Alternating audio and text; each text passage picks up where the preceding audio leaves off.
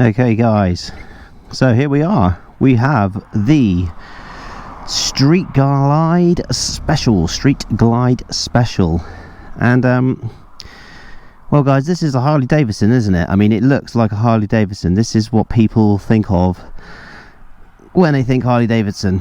And or I know I do anyway. And it looks, I mean, the specials in general with all the blacked out stuff, they do look absolutely fantastic in all black with no chrome. That is just a personal preference, obviously. But let's start at the rear to start with, because there's a lot of stuff going on up there. Obviously, you come with the bags, and they're sort of molded now around the exhaust, which just sets it off, just makes it that a little bit more sort of cool, if you like, you know.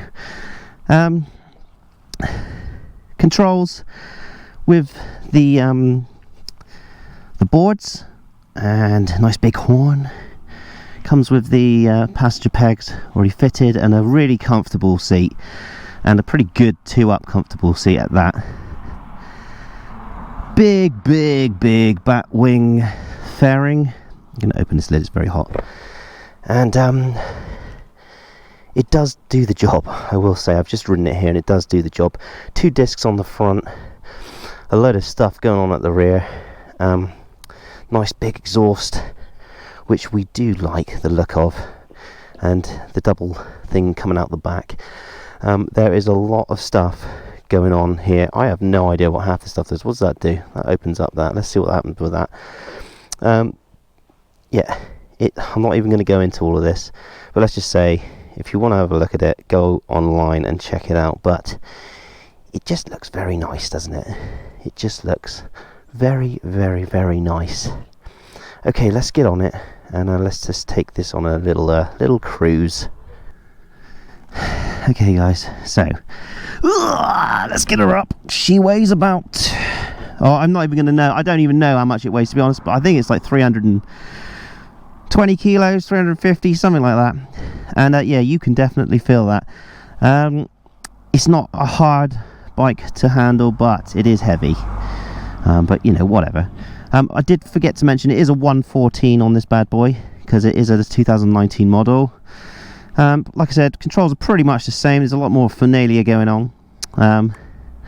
But this is what I found a problem to start with, because no one told me this doesn't work unless you stick the ignition on. And there it is. So ignition on. We can now start this bad boy. Touchscreen through the gloves. Love it. Oh, nice deep rumble. Lovely deep rumble. Yeah, that sounds really good. I really like that. Stock, fully stock. Nothing's been done to this bike. And once my feet are firmly planted both on the ground, 5'8" guy. So you know, it's not that bad. You know, it's really not that bad. Right, let's just wait for this cyclist and cars to get out of the way, and then we'll get on the road. I really like the way that the all the controls are up in front of you, so you don't have to keep looking down all the time. It's a nice feature, which with the Road King you do get it down here, and it is a bit of a pain in the ass if you wear a full face helmet. So it's nice to keep your eyes up. But let's just get this show on the road. First gear. The clutch is much heavier than on the Softails, but in a good way. I mean, it's something you get used to, but in a good way. The only thing is, when you are in traffic, your fingers start to really sort of feel that burn, because you're holding it in and it's squeezing, you know. But other than that, guys, let's get this show on the road, as it were. I'm just going to do a ride review, guys. I'm not going to start going into all the ins and outs of horsepower and what all this stuff does. I just want to get a feel for it. Now, obviously, this is a touring bike. It isn't really meant for, you know, getting the knee down and all that sort of stuff. So let's just quickly start with the ride position. Very comfortable, sat upright. The boards are where they need to be. Even if you were a 7-foot guy, I think this would still be very comfortable for you. Everything's in reach. Even though I'm 5'8", I can still reach this touchscreen very easily, but there's all the controls for it are down here as well, apparently. Visibility, this is something you get used to, but you do not get to see as much road as I would like at this moment in time. I'm used to it being down here and it's up here, so it's not the end of the world. You can see over the ferry in quite a way, but if I was 6 foot, I could see easily.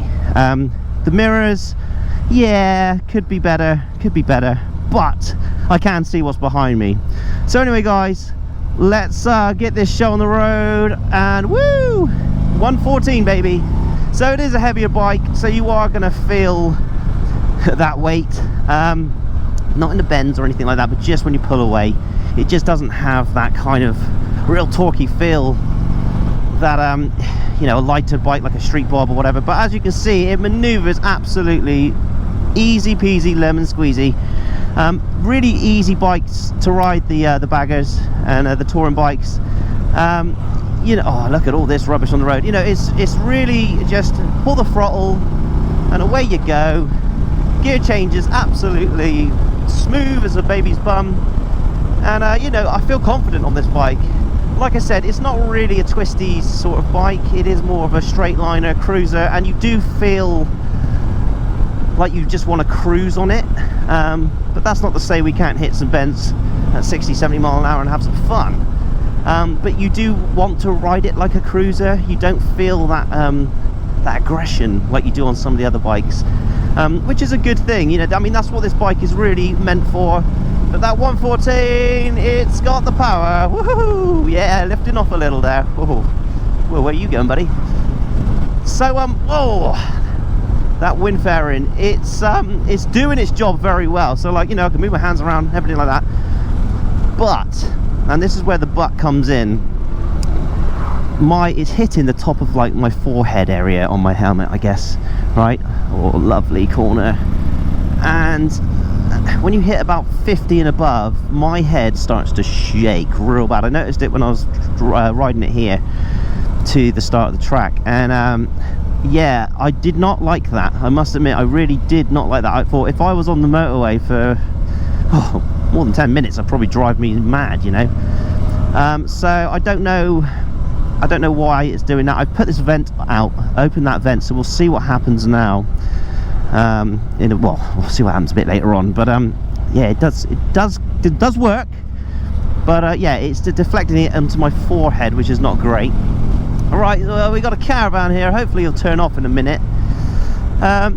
So while we're waiting for this guy to get out of the way, I'm just going to say that the suspension feels really good. It is soaking up every tiny little bump. Very, very comfortable bike, and I guess that's what Harley are trying to achieve with this bike. It's comfort. Okay, let's do it. Woo! Excuse my language. And here we go. Right, let's get back onto it. And it is comfortable, it's really bumpy along here, and it's just soaking up those bumps nice and easy. Right, let's take these bends nice and quick, see what happens.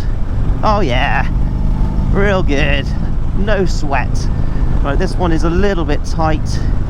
I love the engines in these touring bikes. They're really smooth, real smooth. Look at that, no sweat, so easy, very confident ride. Yeah, we do like these touring bikes. I'm gonna say though, I am gonna say this while I'm here, I do feel better on the Road King than I do on this bike. I don't know if that's the visibility or what, where the handlebars are, but the Road King to me just feels that little bit more performance-y, and I guess it kind of is suited for that, maybe, I don't know. Right, suspension, yeah, it soaks it up, nicely soaks it up. Would have liked to have hit that a little bit quicker, but beggars can't be choosers. Like I said earlier, guys, these where these controls are, if you've got a full face helmet on and it's down here, it is a pain in the ass. You're constantly like this, with it here, I don't have to move my head, I just move my eyes. Yep, I can see what speed I'm doing, the revs, all of it's there, which is great. I mean, and that's what you kind of want, I guess, if you're touring, you're going on a massive tour. you know, it's all about keeping your eyes on the road and just, you know, having some fun and not having to look down every 5 minutes and hitting dead animals and things like that.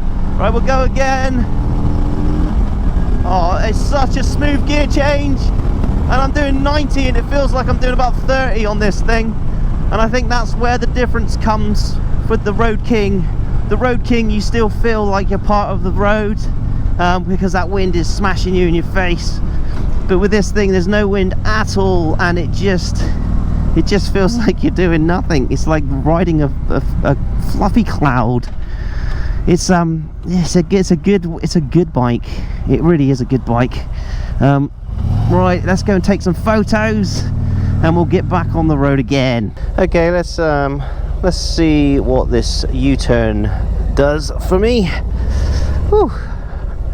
Bear in mind that, you know, all this sort of stuff, really, when you buy a bike, you get used to it anyway. So that is actually very easy. You know, quite wide, but it's a big bike, you know. I mean,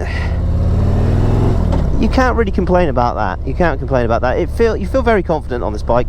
It's heavy when you get on it, but as soon as you sort of set off, you know, it's like riding a bike. Right, let's see if we can get out of here pretty quick.